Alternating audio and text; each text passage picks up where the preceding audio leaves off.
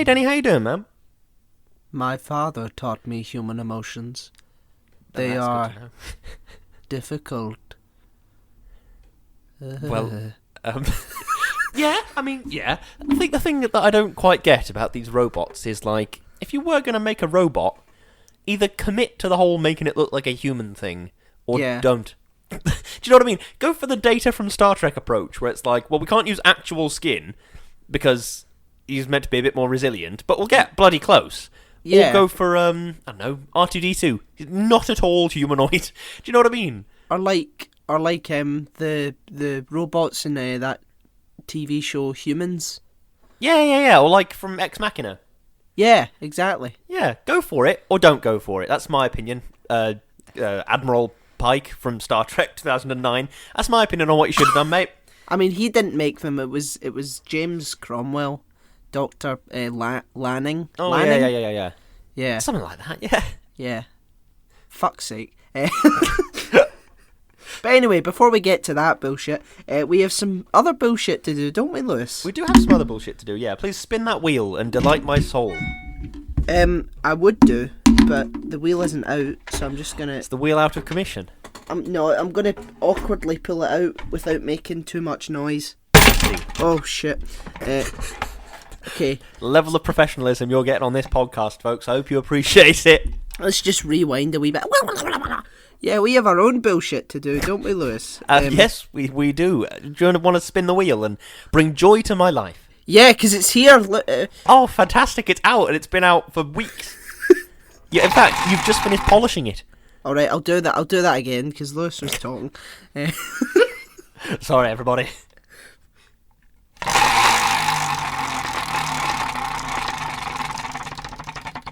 Worth every penny. Oh, that's the shit. I could listen to that for... that's proper ASMR, isn't it? I love that. That's great ASMR. You just have to go to sleep instead of... Sounds like my Xbox. Oh, God, yeah. But anyway, this week's bullshit is some Lewis Brindley bullshit. Oh. And it is... I'm going to take this opportunity, Dan, and I'm going to write an open letter on the podcast, on air, to whoever installed the bathroom in this house.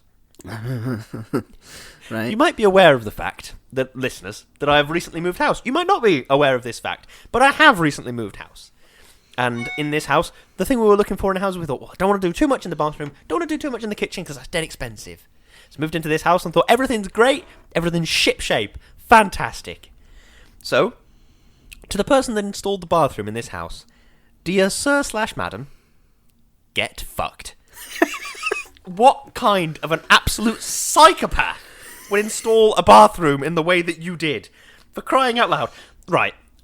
Danny has been made vaguely aware of this as I've been furious during a podcast recording session and been like, right, let's just get this done because I've got to go and fix the fucking ceiling.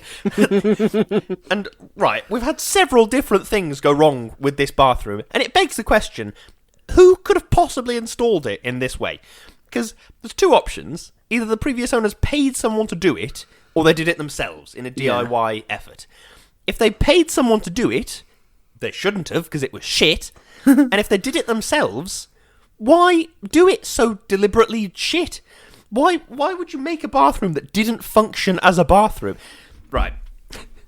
My primary concern, the first thing that I noticed upon being in this house for a while, I was like, that ceiling in the kitchen, it's like there's something there. What's that? And I had a look and I thought, oh well, it's just the texture of the ceiling is like they've done something to it. The previous owners have. I can leave that. I can forgive that for a bit until I can put that right. It's non-essential. Yeah. And then I think it was Chloe was taking a bath, and I went downstairs and I think I was cooking or something, and I was stood at the oven and I was cooking something, and I felt water drip onto my head. Oh, and no. I think, what the fuck is that?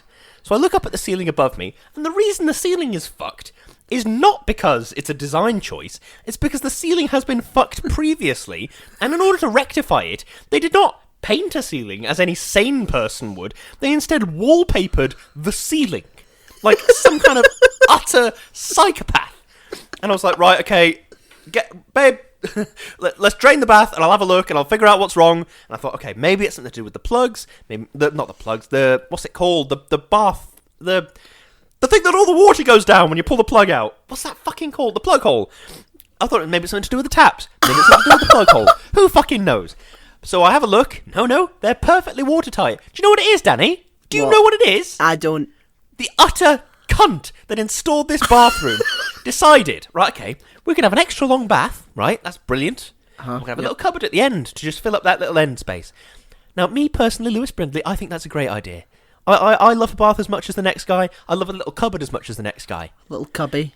Little cheeky cubby for keeping towels and toilet paper and whatever else you keep in a bathroom. Yep, brilliant. Yep. What's not to love? Uh-huh. And then I discover that the bath panel on the side of the bath is not made of plastic, as it should be, because it is in fact made of wood. And I thought to myself, oh, right, well, that's a strange design choice, but at least they've sealed it perfectly well, as you would if you knew a piece of wood was going to get wet for several hours a day, but as long as you're going to live in the house. And, I mean, the previous owners raised a family here. They were here for a long time. Yeah. So, presumably, this shower, there was, I think, 3-4 people in this house, so there were 3 or 4 showers a day, plus, I don't know, I think they had dogs, so I guess they had to wash the dogs or something. So my point is, this bathtub sees a lot of use, and yet the bath panel is still wood. But of course, what happens to wood when it regularly gets wet? It gets damp. Yes, it disintegrates almost immediately. So this piece of wood is getting wet, and then it's rotting and warping, and because it's warped, the seal is no longer sealed, so the water soaked into our floor and like dripped down into the kitchen, and I was like, what the fuck kind of dickhead would make a bath panel out of wood?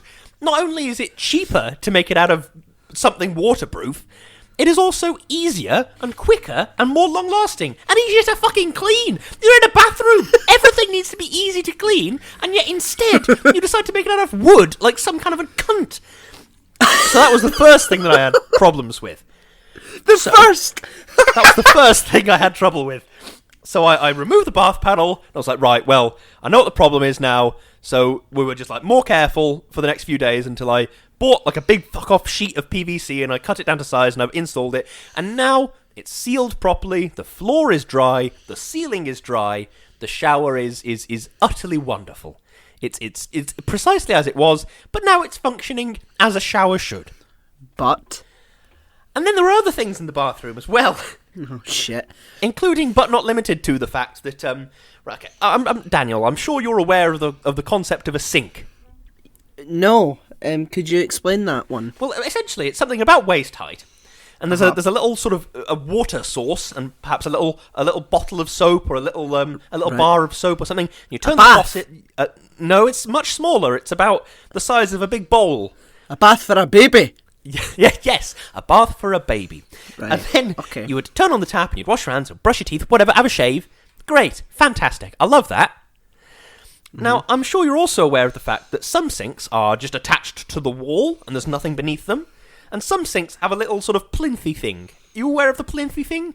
Well, I wasn't aware of a sink, so how am I? No, I'm only joking, folks. We have sinks in Scotland. Unfortunately, they're made out of lamb hair. But I am aware of the plinth. Yes, well, the little plinth.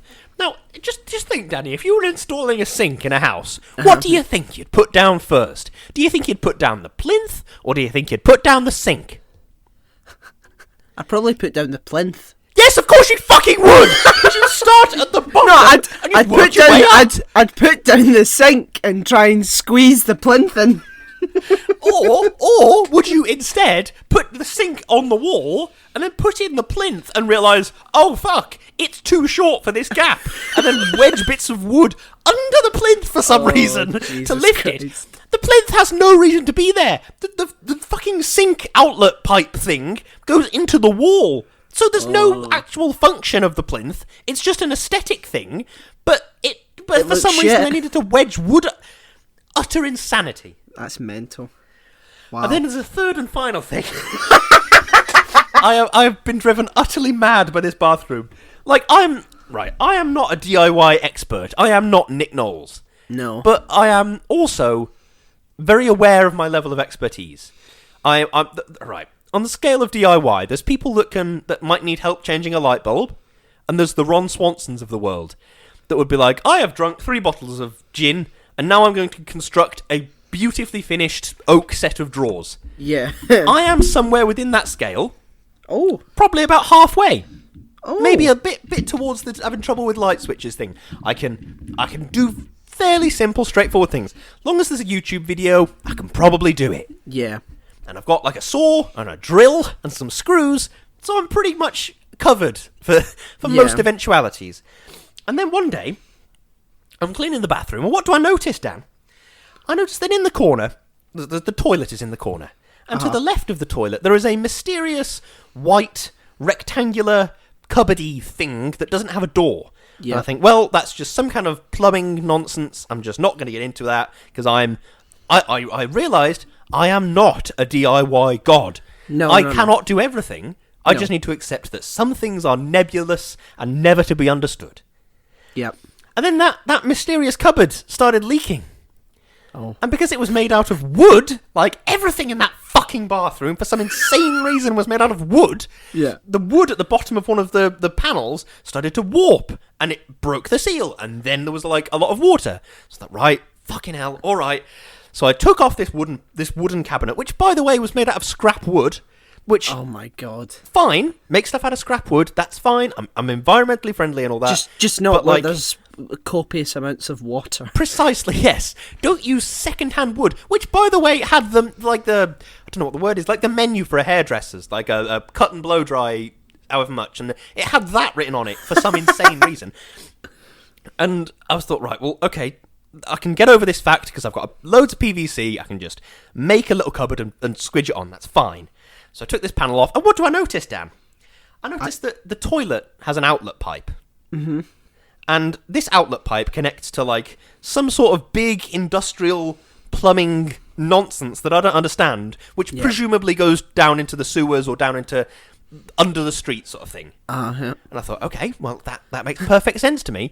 Then I look at the join between those two pipes, and I think, that is not square. And it hasn't been square for a very fucking long time. For some insane reason, they had mounted the toilet slightly too far back, so their only option was just to jam the pipe in and hope. Oh. And instead of, for some reason, that did not work, because hope is not an acceptable substitute for screws.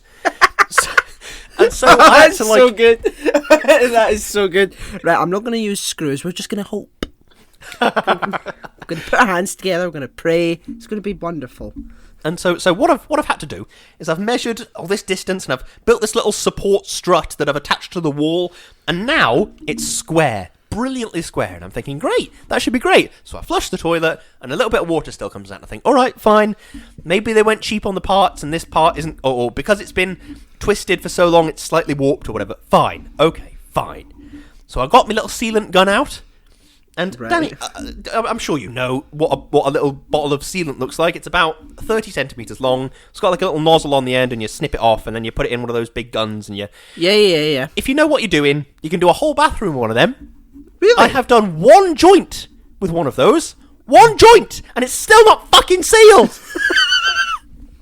I have sealed all the way around this joint, which, by the way, is in the extreme corner of the bathroom. So I've had to prop my phone up on selfie camera, like, behind it, so that I can see the underside of it and, like, sort of spread it on with, like, a little spatula-y thing so that it's actually sealed. And now, thank the ever-loving shit, it is actually sealed. So now, the floor in our bathroom is not covered in water 24/7. Just 24. No, 13/7. Maybe. I don't. I'm not very good with time. I see. Well, long story short, that is one of most of the bits of the odyssey of our bathroom. There are other things too, like this enormous luxurious bath they put in is one of these jacuzzi baths. So it's got like jets and all that crap, and I thought, oh great, that'll be nice, yeah. So I got into it. So I filled the bathtub up with water and turned it on. And thought, oh, this is gonna be great. And I was like, what's all this shit in the water? What's going on here? Presumably they hadn't cleaned this jacuzzi out in fucking months, years, decades. I've got no idea. So there was little disgusting pieces of like detritus in the water. I thought, right, well, I'll have to clean the jets out a few times. I've been cleaning the jets out for a fortnight, and they are still not clean. So that's brilliant. But yeah. now the bathroom is functionally complete. Yeah. It's just a bit messy. So that's good. Yeah, that is good. I mean, it's you're on your way, aren't you? I am, yeah. It's thank you for letting me have that extreme catharsis. I think I needed that, otherwise I would explode. Well, that's what we're here Good for. Lord, what kind of utter bellend thinks? Oh, I'm going to put this bath panel in. What's a good material that's waterproof and will last a long time? Should we go? How about non-sealed wood? Should we go to B&Q and get some PVC? No, I've got a fucking bit of wood here. That'll do it. Thing is, it's like I bought a big fuck off piece of PVC paneling that was like 9 feet long or something stupid. It was 20 quid. Like it's not expensive stuff. And it's cheap and easy to use. Put that through the business. Well, I can't possibly produce podcasts if I can't piss. So sorry, everybody. I just need to put this through the business. Jesus Christ.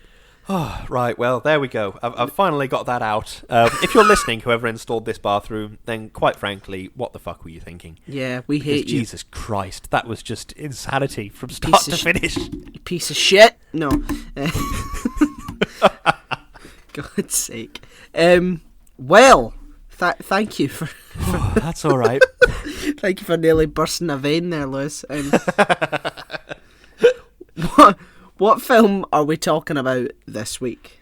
We're talking about I, Robot, the 2004 classic with Will Smith and other people in it.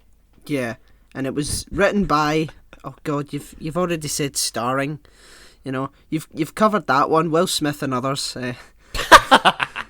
It was written by... If you've prepared something. I only know that it's based on the selection of short stories by Isaac Asimov. Yeah. And I'm sure others wrote the screenplay. Don't know who they are.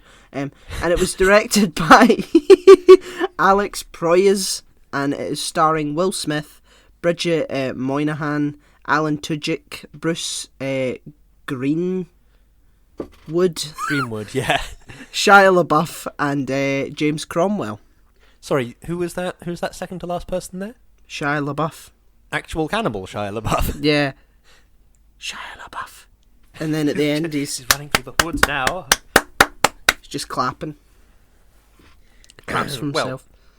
Have you got an opening statement then, Cocker? Just do it! That is weirdly motivational, isn't it, that video? Not really. It's stressful to watch, but I find it quite motivational. No one shouting "just do it" to me has ever got me to do anything. I just either laugh at them or cower in fear. An excellent film on the necessity of machines and an exploration of what it means to be human and whether it is inherent in only us or can be learned by the unexpected. Indeed, you are completely, entirely correct. Yep. A spooky thriller that raises some great points about the horrors of robots gone wrong. I like it.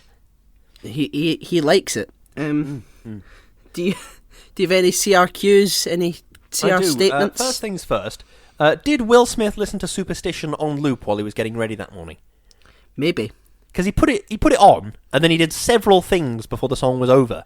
The Superstition, I'm pretty sure it's something like 3 or 4 minutes long, that song. So yeah. Is he a speedy shower and shave and dress and work your robot arm out? Is he speedy at all those things? I mean, I like listening to the same song over and over again. So maybe... I don't really listen to much music, to be honest. It's like... Oh, something do you not? No, I mean, this is something that I can't say unless I'm... it's not a controversial opinion, but everybody's like, what, you don't like music? Have you never heard of... And then they name their favourite band, and I'm like, well, yeah, but yeah, I'd rather listen to a podcast. So yeah. I don't listen to much music. I'll listen to a podcast while I'm brushing my teeth and having a shave and stuff. Mm-hmm. Quite right. No, I like listening to a wee bit of music. If I go out on a walk, I'll put some music on. Mm-hmm. You know, I don't think I'd ever listen to it in the morning, because like, the morning is not a happy one of your time. rules. Don't listen to music in the mornings. Yeah, but like, I only want to listen to music when I'm happy. Do you know what I mean? I don't want to put on music and then forget that I'm going to work and then realise, oh shit, I need to go to work, because that will just ruin it, you know? So, I do know what you mean, yeah. Fuck that. It's like when you set a song as your alarm clock and then it wakes you up for a year or a couple of months or something, and then you condition yourself to hate that song. Yeah, the song that wakes me up, I don't ever listen to apart from when I'm getting up. I don't ever go, oh, I could listen to that song. I just sort of, it becomes white noise in my head. Just yes, completely. So yeah. I've got a question. Yeah. Why put the brain of your big AI just floating in the middle of your lobby where somebody could easily destroy it? Why not have that secured in some slightly better way? Yeah, that's a good point. I mean, maybe crime is heavily reduced. Perhaps, yeah. So maybe they're lit. But again, that still doesn't make much sense to me. And why?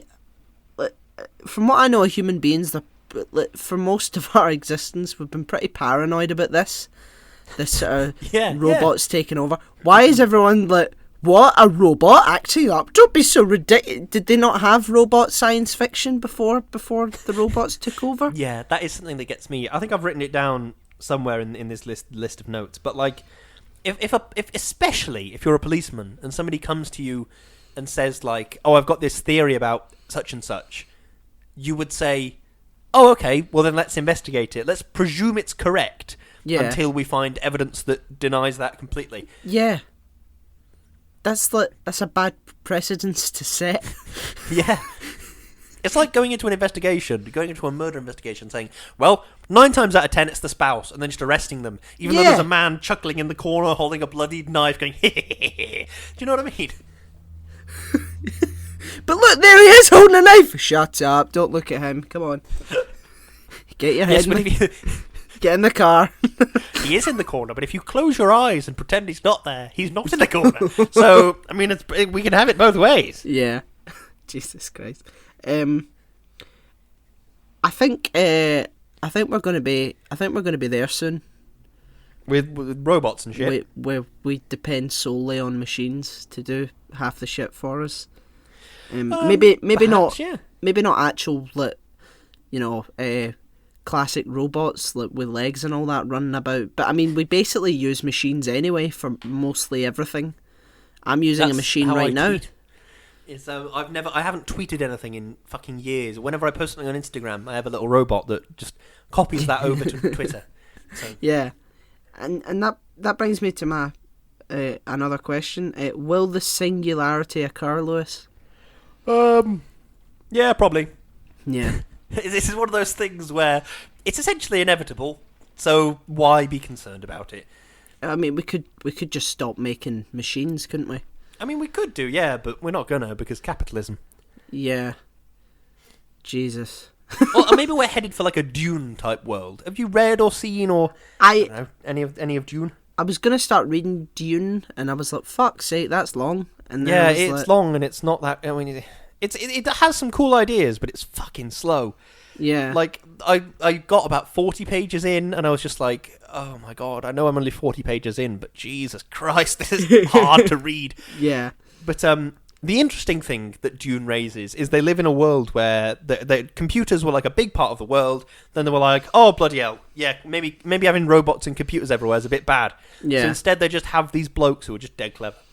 And they're like, okay, instead of a computer, let's just have a really clever guy. And that's their clever system. bloke who knows shit. Yeah, basically. Wow. So did he just stand there and it's like, what does this mean? And he's like, oh yeah, that's it, blah blah blah. And then there's like a huge line of people that line up every day to get information from him. Well, no, there's like quite a lot of them. They're called like mentats, I think is the word. Oh right. And they like are groomed from birth. They're like tested for their aptitude at being a mentat. Then I think they're like groomed through life to become sort of one of these mentats, and they're like drilled in different points of tactics and military stuff and financial advice and all this sort of stuff. So they know a lot of stuff, I think, without even knowing they know it. If that makes sense. So they're like the chasers then, from the chase. I suppose they are in a weird way. Yeah. If we got rid of computers, like just the governess and the beast would be standing. Like in a wee booth. Yeah. Who won Eurovision in 1979? And then snap, they know the answer. Oh, that's easy. Yeah. Maybe. God, now you've got me thinking. What if like this new Dune movie that's coming out with was it Timothy Chalamet and Zendaya? Yeah. Zendaya? I think it's Zendaya. Or Zendaya, with Timothy Chalamet and Zendaya. Maybe it's going to be like Anne Hegarty. Just stood in a corner for like half the film. And Bradley Walsh is there, begging for his Potato. job back. Begging for his job back. They killed me off in Doctor Who, I need my job back! Potato! They killed him off in Doctor Who? What? No, they will. They definitely will. I'm calling it. I'm 100% sure. But, I mean, this is not the Doctor Who podcast, but... have you seen the promo images for Doctor Who? Yeah, there's one really interesting one, and then there's them sitting around a table. Oh God, good old fucking Chibbers! What a bloke! Jesus Christ! It's something. I'm right. We'll get into that on more detail of the Doctor Who podcast. So yeah, listen to that if you want to hear us talk about those ridiculous photos. Have you got any more CRQs, Cocker? No, I do. Can you imagine one day it's like, any CRQs, any statements? No, I don't. Let's just fucking end it here. We've done the bullshit. We don't need any more. Okay. Clearly, when Dr. Lanning says the 3 laws are perfect, I mean, are they though? Yeah, that's the problem with having laws be like sort of open to interpretation. Yeah. In a way, it's like there are points in the U.S. Constitution where they wrote it down in 1776 or whatever, thought, yep, that's good, people will definitely know what that means. Yeah. And then 150, 200, 300 years later, they're going, what the fuck does that mean? And Yeah. that could mean several different things, and we don't... Now is the first time it's ever been useful. And George Washington's been dead for 200 years, so we can't ask him. That's true. Can I shoot this man or not? Just give us 2 seconds, mate, we're going to work it out. It's like that bit from Family Guy. Oh God, what do they say? It's do you think this part of the Constitution is clear enough? Yeah, every American should have the right to have a pair of bare arms hanging in their wardrobe. Oh, I like that very much. I do like that. Right. Shouldn't there be... Go on. Sorry, shouldn't there be a 4th law that says don't develop your understanding of the 3 laws a bit more and then just enslave humanity? Shouldn't that be a 4th one? Well, perhaps, but I think that's the point they're trying to make with this film, is that the evolution is inherent, you just sort of can't stop it. Yeah, but you can try... I mean, there's nothing there that says don't enslave humanity for its own good. It just says don't harm human beings. Yeah, that's true. That's a very good point. Vicky does say, well, I'm complying with the 3 laws, I'm just doing it in a funny way. She's going for the classic Ultron/Skynet plan. That's a word-for-word quote. I am complying with the 3 laws. I'm just doing it in a funny way. My logic is undeniable. It's funny. Right, I've got a question. Yep. Why have 3 laws? Because surely just having that first law of do not harm humans through action or inaction, surely that's enough. Having them be sentient and be able to say, please can you do this? And they go, yeah, all right. Or, no, actually, because I think that would be a terrible idea, and if I pick up that knife, you might make me stab you with it. Do you know what I mean? Why not have them be a little bit more sentient, but just have it hardwired, which is a phrase, a horrific buzzword, have it hardwired into their things, just never through action or inaction, never hurt another human or another robot. Yeah, but life isn't as easy as that, is it? No, I suppose not. I mean, I would... Because then they don't preserve their own existence. That's the 3rd one, isn't it? As long as you don't harm another human. Mm-hmm. And the 2nd one, you need to obey what humans tell you. So, at what point does it become slavery? That's what I want to know. I don't know. It's, I suppose, kind of immediate. Are they being paid? Are they fuck? Yeah, but is it some kind of a... I don't know. Is their wage made up of the electricity you give them? Or, in fact, no, that'd be bizarre. That would just be... But that would just be like feeding your slaves, wouldn't it? That's what that would be. It would be like, well, I'm paying you because you're eating. Yeah, okay, that's a good point. Yeah, this world is much more horrific when you consider the fact that if the robots are sentient, then they are slaves. Yeah. If they just are pretending to be sentient, if they're sort of presenting sentience, if that makes sense. Yeah. But they're also kind of just dumb robots. Do you know what I mean? Then it becomes slightly less horrific. But, still. Yeah, but That's the thing. Why did you have to make them like humanoid in form? Why not just have fucking R2D2 things that there's no risk of.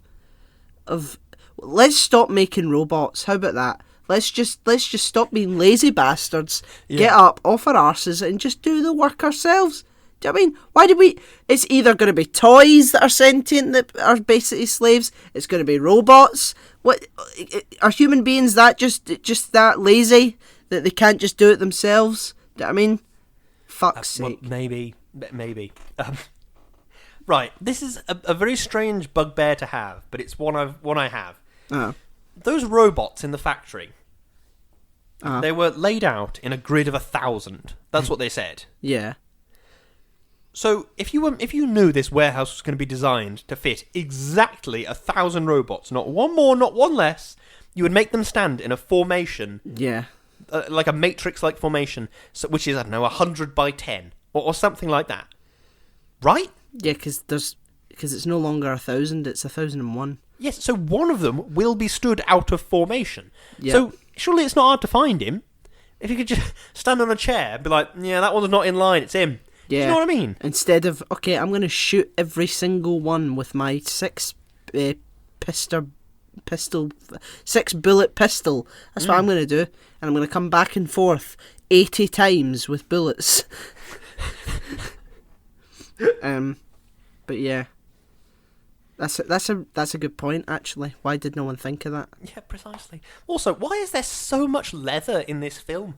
There Everybody is wearing leather clothes for no apparent reason. Leather is not a good material to make clothes out of. Will Smith's jacket is the most leathered thing I've ever seen. I mean, yeah, water repellent, I guess, but not that well. No. It doesn't form a water repellent bond at the seams. Come on now, future 2030 Chicago. Yeah. I want a proper waterproof jacket. Do you think that's what Will Smith should be saying? Do you think that's what the world will look like in 2035? What, leathery? No. No, I mean with the cars and the sort of... We're sort of edging towards that style of thing, aren't we? Yeah, I think. Yeah. I think things will look like that. I don't think they'll work like that. Like when there was a train that went past at the start, as like you see all those films set in New York. It's like, oh yeah, the train just jittered past the window, like in Spider-Man. The train just like goes past the window, and he's like, oh, it's the subway, but it's the overground, or it's whatever. Like at the start, there was a train in this film that was that, but it was like a maglev train. Yeah. You could sort of hear it going. It was like, oh, it sounds electric. It's fancy. Yeah. I think that maybe trains will look like that. They'll look streamlined and fancy, and like the trains that we have nowadays, like those enormous long ones that are no longer Virgin trains. They look kind of futuristic and fancy. Avanti, isn't it? That's the one. Yeah. But like they are still running off of fuel, I think. I don't know, actually. Or are they running off electricity? But do you see the point I'm making, anyway? Yeah. I mean, think I imagine there'll still be like ScotRail that just refuses to adapt. And it's just this fucking shitty 4-carriage little thing chugging along going, I am a train, I am... And every other train's going, zoom, zoom. Yeah, it's one of the things that very much gets me. Or Northern Rail. They'll be chugging along as well. Oh, God, yeah. It's one of the things that gets me is when you get on the tube in London. Because, I mean, speaking as a man from Stoke-on-Trent, public transport is atrocious.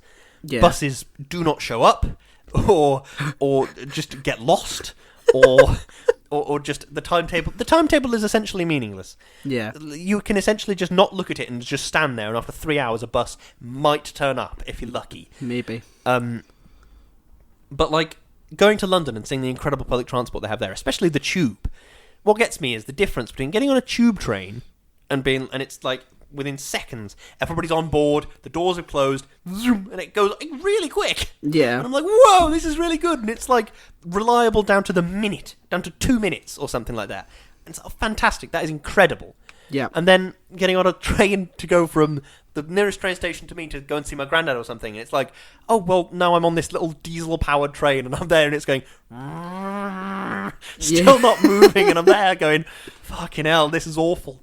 It's what gets me is whenever I go down to London for an audition or a job or something, and I'm speaking with a Londoner about the tube, and they're like, God, it's so crap though. When somebody comes over the announcing thing and says, oh, there's been a delay due to a faulty something or other, I'm like, yeah, but it always turns up. Yeah, it always turns up. And if you 5 miss a minute train, delay or there's something. one in a minute. Yeah, exactly. And the delay is at most 10 minutes. Maybe you have those anomalous ones that are longer, but by and large, it's about 5 or 10 minutes. Yeah. Clearly, you have never got on a Stoke-on-Trent bus that just doesn't turn up. I mean, I've been on the London subway. It's not very nice. It often stinks. It's very warm. But the trains do show up on time. They do indeed. So yeah. So if you're going to London, give them a try. Yes. And this podcast has been brought to you by TfL. Getting you around London on time, every time. I've now got a job for the London Tourist Board. Jesus Christ. The CGI still holds up. It does, doesn't it? 16. I think we reached a point in sort of the 90s where we kind of plateaued with CGI. Unless you spend an insane amount of cash, that's the best you're going to get. Yeah. I think that we've sort of leveled out at that point now. We've sort of plateaued with it. It looks good. I agree. It's like with Terminator 2, the liquid metal bloke. Yeah. Those effects don't look better today. No. In like the recent Terminator films, when they have liquid metal people, they look the same. Really. When did Terminator 2 come out? Was that 1992? I think Not sure, so. let me have a look. I mean, we did it, didn't we? Yeah, Terminator 2. We should know that one. Yeah, 1991 that came out. There we go. You were close. Fucking classic, that film. It is a classic. I mean, you're not going to get the CGI like absolutely perfect, but when I rewatched it, I was surprised as to how like, it's all right for 16 years ago. It's not bad. But there are just some films that the CGI just holds up regardless of, like Lord of the Rings, that came out in like 2003. Yeah, I think 2003 was when the last one came out, and it just still today looks fucking amazing. And then The Hobbit came out, and that just, that's fake. It looks more fake than the original films, so it's like you get some films that are just always going to look good regardless. Of the time. I've never watched Lord of the Rings. I've never watched The Hobbit, but like I remember at the time The Hobbit came out, there were quite a few people saying, "Did you enjoy Lord of the Rings? Then don't go and watch The Hobbit. Yeah, it will spoil the original films for you." It was shite, to be fair. But that's just me. That's just my opinion. Indeed. I've got a question. Yeah. It would be horrific if you were walking through a city and the buildings around you were not made of steel and glass, but they were made of human flesh. You would think that was pretty horrific, right? Yeah, you would. So what does Sonny think when he looks around at these buildings made out of his own flesh? He's like, this is my guts, but it's a building. This is very strange. What does Sonny think of that? I don't know. Why don't you ask him? Maybe I'll wink at him in a really strange, weird, machine-like way. What does this mean? It's a sign of weird, yeah. It's a sign of trust. Is it? How? I've never winked at anyone and thought, "Oh, I trust you." Never. I mean, I've winked at someone to take the piss out of people that wink at each other, but I've never, I've never went, "I trust you," with a wink. No, precisely. Winks do not have that. I think, I would trust you less. Yes. See when he's got the gun pointed at Dr. Calvin's head, and he's like, "I would prefer not to kill Dr. Calvin," and then he winks. It's like, well, that just indicates that you do want to kill her. It doesn't indicate that you want. Yeah. It's like you've said, I don't want to do this, and then you wink. But that just seems as if you want to do the exact opposite of what you've said. Yeah. So yeah. Bloody winking. It's such a... If you wink at me, I won't gesture. Yeah, if you ever wink at me, I won't trust you. I'll actively suspect you. I will avoid future contact with you if you're a regular winker. A regular winker. It's a terrible habit. I've got to stop. I've got a question. Go on. The slogan of, what are they called? USR? United States Robotics or something? Original. Yeah, the slogan is 3 laws safe. doesn't that imply that there are companies making robots which are not 3 laws safe? Yeah, So why would you make robots that are not 3 laws safe? The entire purpose of this film is to show that that's a bad idea. and it's like, it almost sounds like a meme, doesn't it? Like, after the 3 laws are like broken, it's like, you know when people go I can't think of an example, but it's 3 laws safe, aye. Do you know what I mean? You know, that way, that sort of sarcastic. Yeah, I know what you mean. In quotation marks, and some of the letters are like bigger than others.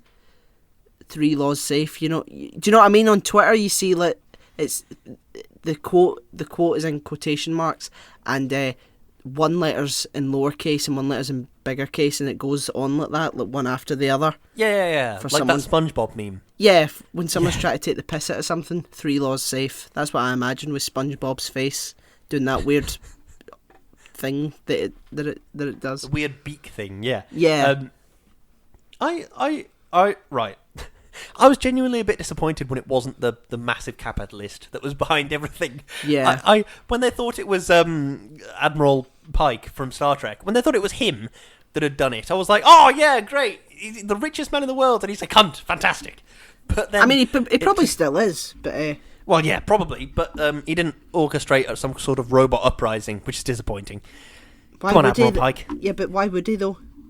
That would I act don't know, against. to instill himself as God Emperor of the world. I know, but he's doing pretty well. You know, he's like the owner, he's like the CEO of this big company, and he makes a lot of money. Why would he want the robots liberated? Surely he wants that's a good them. point. He wants them enslaved, which is even worse if you think about it.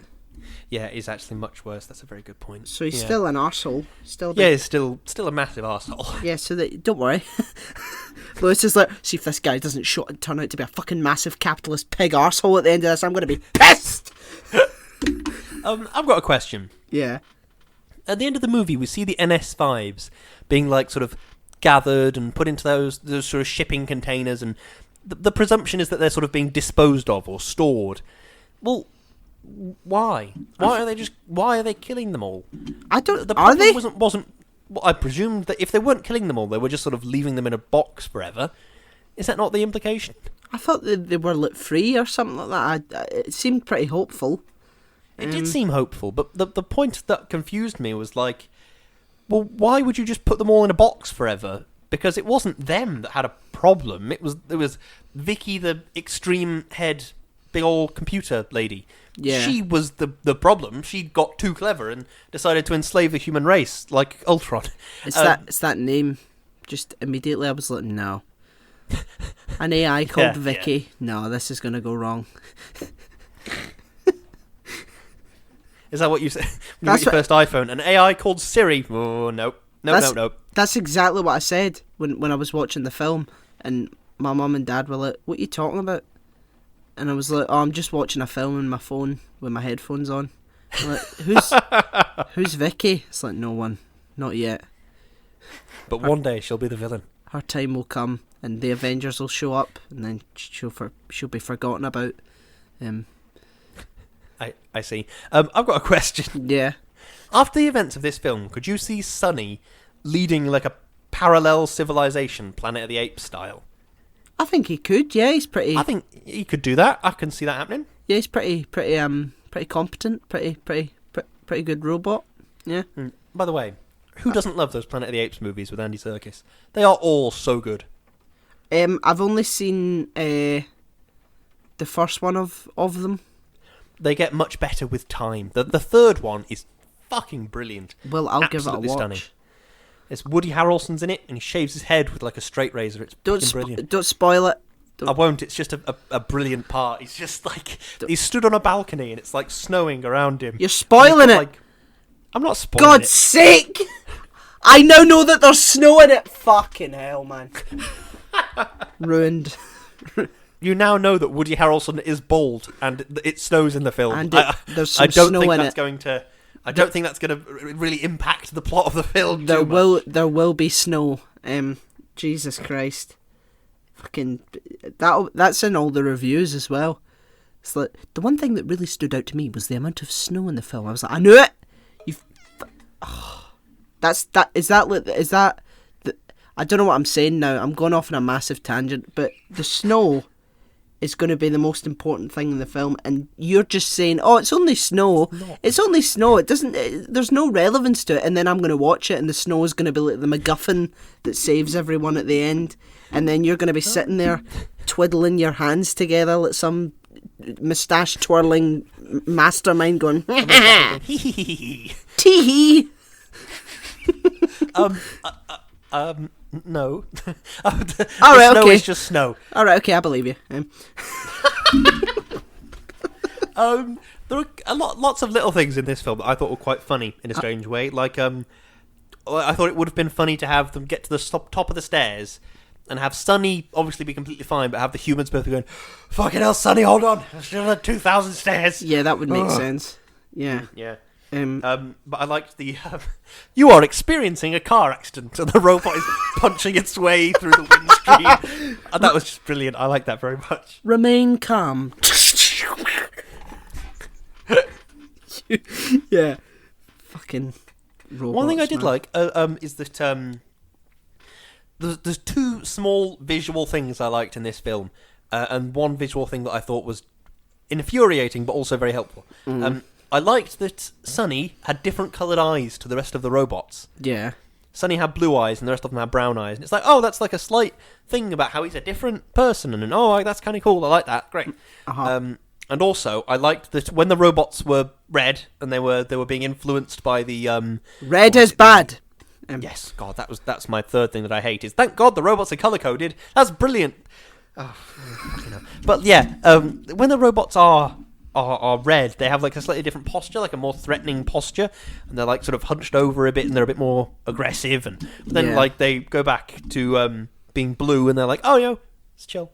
Yep. I'm chilled out." And they roll their shoulders back a bit and smile. And yeah, I suppose that, you know, if there's like an invasion or something like that, the soldiers that are involved aren't going to be like chill. You know, they're in. No, that's true.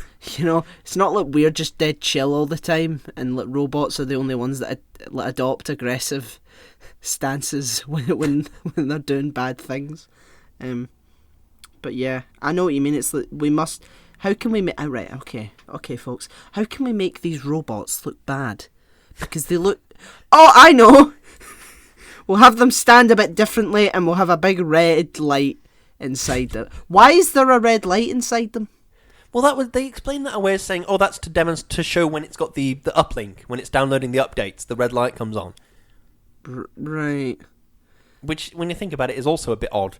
I don't need my phone to have the torch on the back of my phone come on whenever it's downloading a software update. Do you know what I mean? Yeah. Do you need that? And why is the light look red? Why couldn't it be a why tiny not make it a little, slightly less offensive colour, slightly less terrifying colour? Yeah, like yellow, or maybe like one of those rainbow ones where it sort of shifts between colours. That would have been nice. Nobody would have thought that would have been threatening. Yeah, it would have been pretty chilled out. Nice chilled out robot in the corner. God, get onto that for the sequel, folks. Right, I've got a bit of a question, but it's the thing that I know the answer to this question is because it looks cool, but really, if you're going to build a big old computer or something, why build it around some enormous holes in the floor? This company has got the monopoly on robots. They have an insane amount of money, and yet there's like, right, the central computer, let's just build it in the centre of this big hole in the lobby, and then we're just going to build tiny precarious ladders with no handrails to get out to the central computer. At the very least, put some railings up. Come on now. How has no one fallen to their death and just accidentally just destroyed the thing? Yeah. Because, you know, we're pretty stupid. So someone's going to do that. Someone's going, oh, imagine if you fall. I am a known idiot. I would definitely... Oh, I'd fall. I'd jump. No. My God, that's dark. Sorry. I was going to say, do you think Spooner has some self-loathing for the fact that he has a mechanical arm? Oh, yeah, 100%. Which, and that's my next question, can you be bigoted towards robots? Yeah, I suppose so. I don't mean like sentient ones, I mean like ones that, like, can I be bigoted towards like my iPhone? If I'm going to have to just quickly look up a dictionary definition of the word bigoted so I can be facetious about it. Yeah.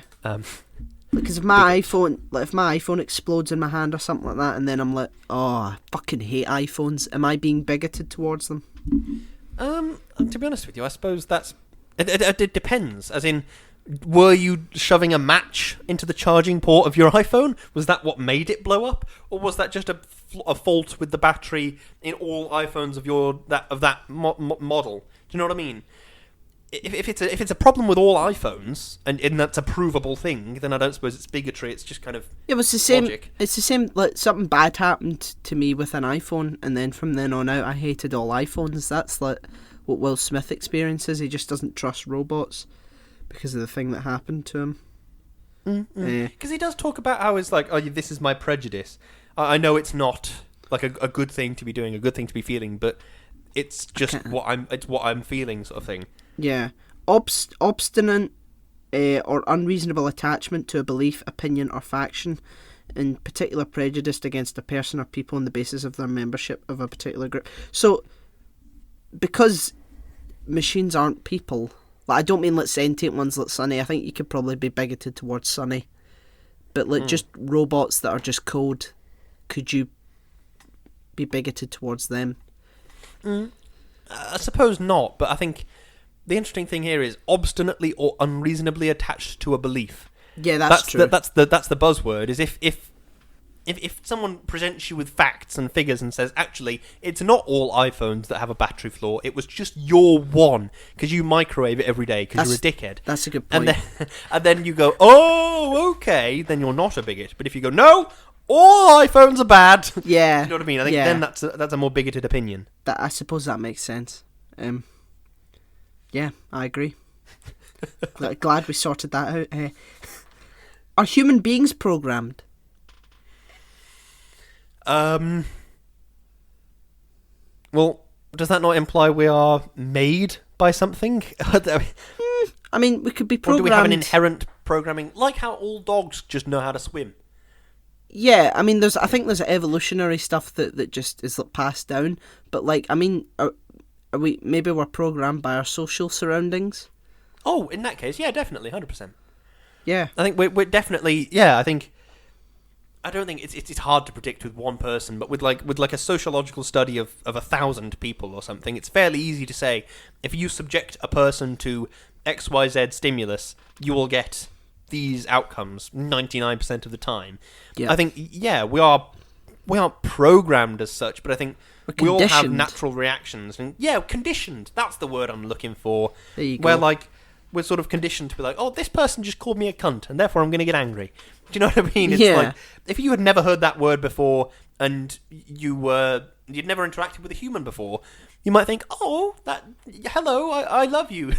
You're interacting with me you're the first person ever interacting with me, regardless of what they said. So yeah, I think programmed might be a bad word for it, but conditioned is probably a bit more accurate. Yeah. Yeah. What makes someone human, and how do we know we're not simulating humanity? I think we don't know we're not simulating humanity. That's true. And what makes someone human? To me, it's always been I don't know. I think that's more of a philosophical question than it is a one that I can answer and blow away. I think everybody will have a different answer for this. Yeah. I think for me, it's always been the unbridled sort of indomitability of like humans looking out at an open stretch of water and thinking, I wonder what's on the other side of that. Yeah. Then they just jump in and try and swim across. I think that's what makes humanity to me. Is I wonder if there's a way to make this bread taste better. Then they'd toast it and go, whoa, fucking hell, that's some good shit right there. Yeah. I think that's what makes humanity to me. I think that's something you don't necessarily see in other sort of animals. If we go down to the base level of everything, you wouldn't see a lion thinking, is there a better way to eat this zebra? Do you know what I mean? Yeah, no, they wouldn't think that. I think it's the critical thinking and the improvement and the indomitability. That's what I think makes us human. But is that solely because we're human beings and we're more advanced, or is that because we just sort of, learned how to do stuff first? No, I think it's a brain thing. Right. I think I have more brain than a Yeah, than my obviously. cat. Do you know what I mean? I think when she's like, this piece of fluff on the carpet looks a lot like a spider, therefore I'm going to try and eat it for 30 minutes. I think I have never made that mistake, but on the same level... Yeah, you have. We all know you have, well, Lewis. sorry, guys. Yeah, obviously I have. But, like, do you see what I mean? I think I have more brain. I think... Oh, God. I mean, this is something I'm dredging up from the depths of my memory, so take it with a fistful of salt. But, that sounds horrible. Like, I know, but it's something about how the central parts of your brain are activated on like a short-term reward basis, if that makes sense. Yeah. While the external parts of your brain are activated on a long-term reward basis. And what that means, basically, is that the smaller a brain is, the more likely you'll be to look for short-term things. Like a mouse with an incredibly small brain, like you see all these horrific studies where they're like, oh yeah, we've got this mouse and we injected it with heroin. And we said that whenever it pressed a button, it got more heroin. And then it just pressed the heroin button until it died. And it's like, oh, right, okay. But I think humans, because we have that external brain bit, we have the capacity to say, well, yeah, I would love to eat a chocolate bar right now, but if I eat too much chocolate, I might die. Yeah. I think we have that capability. That's a good point. Like you see fucking dogs. I know I'm ragging on dogs for some reason. Bigoted like, against dogs. I'm not bigoted against dogs. I'm just saying that they're kind of dumb sometimes. But like they'll just look at you pour out a big bowl full of food for a dog, it will eat it. Oh, aye. Nothing will stop the dog. It will get full and then it will carry on eating. Yeah. Like but a human would think, right, well, I mean, I've had a lot now. Maybe I need to stop. Or I'll be shitting myself for 3 hours tonight. Do you know what I mean? That's the point I'm trying to make. My dog eats wet grass and it makes her sick, and I'm stood there watching her do it, and then she basically vomits it back up, and then she starts eating it again, and I'm like, what the fuck are you doing? And I'm trying to talk to her. I was like, Holly, you continue to eat that, you're gonna be oh, okay, yeah, keep going, just keep doing it. Yeah. See, despite all the deep stuff, it's actually just a fun action thriller as well. It is, yeah. Which is kind of cool, you know. It's rare you have a fun action thriller that's also deep. Yeah, but yeah, it's really good. It's one of my. I'm sort of running out of notes now. Really, just random stuff that's like, oh, that was good. Oh, that was good. But yeah, it's cool to imagine that Will Smith is the same person here as he is in I Am Legend. After the events of this film, the events of I Am Legend take place, and he's like, well, I was fucked over by a load of robots. Yeah. And now I'm being fucked over by a load of vampires. Well, I mean, as long as let's be honest, I Am Legend, the film, is not as good as I Am Legend, the book. But, you know. No. I mean, as long as he isn't the Will Smith in After Earth, I'm fine with that. Or the Will Smith from Fresh Prince of Bel-Air. Oh! I like the Fresh Prince of Bel-Air. Fresh Prince of Bel-Air, but I'm saying that this Will Smith in this film is a very different character to Will Smith from Fresh Prince. That's true. He's actually got quite a lot of range, and it's not immediately obvious at first, and then you realise, oh shit, this guy can act. Do you know what I mean? Because he has this swagger about him, and then he suddenly starts tearing up, and oh fuck, I wasn't expecting that. Yeah, I tell you who else got me with that was The Rock in San Andreas. It was like, it's doing all the stuff you'd expect The Rock to do, like punching people and lifting ridiculously heavy things and all that stuff. But then he also started crying about his daughter, and I was like, holy shit, he's actually doing some acting. Bloody hell. Exactly. I did not see this coming. Don't mention San Andreas though, Lewis. Why not? Because I auditioned for that film and I never got it, so fuck them. What character did you audition for? I can't remember, but I was... It was actually after the 4 o'clock club rap party, and my voice was like fucked, and I was saying to my dad, I was like, I can't go to this audition because my voice. I can't go to this audition. Sounded like an old man, and he was like, no, Daniel, come on, let's just do it. Have a cup of tea, you'll be fine.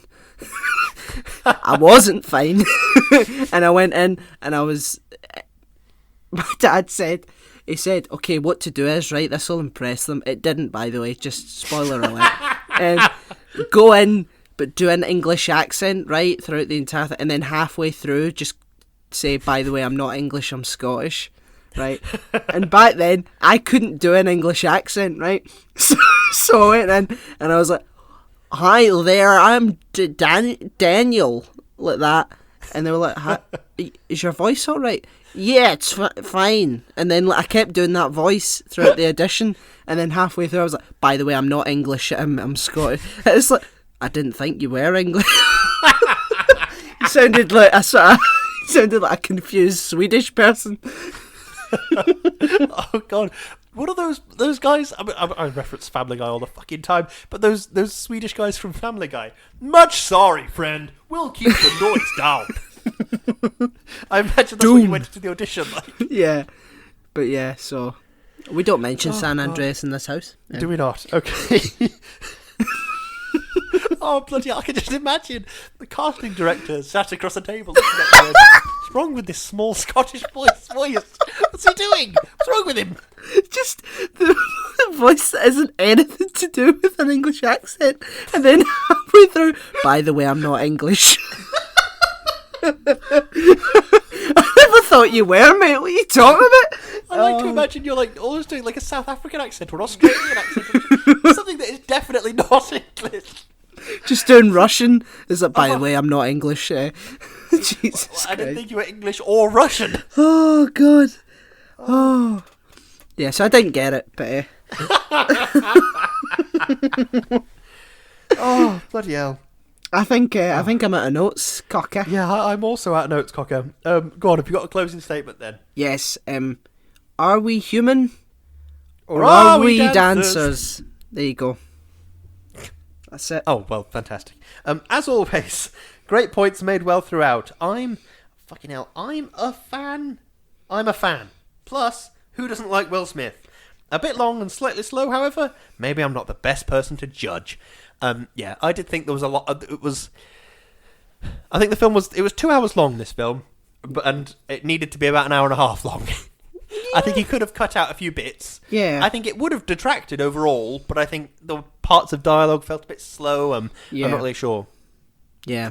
All that winking nonsense. Yeah. I trust Cut you. out all that winking shit. But yeah. That was good. I enjoyed watching that.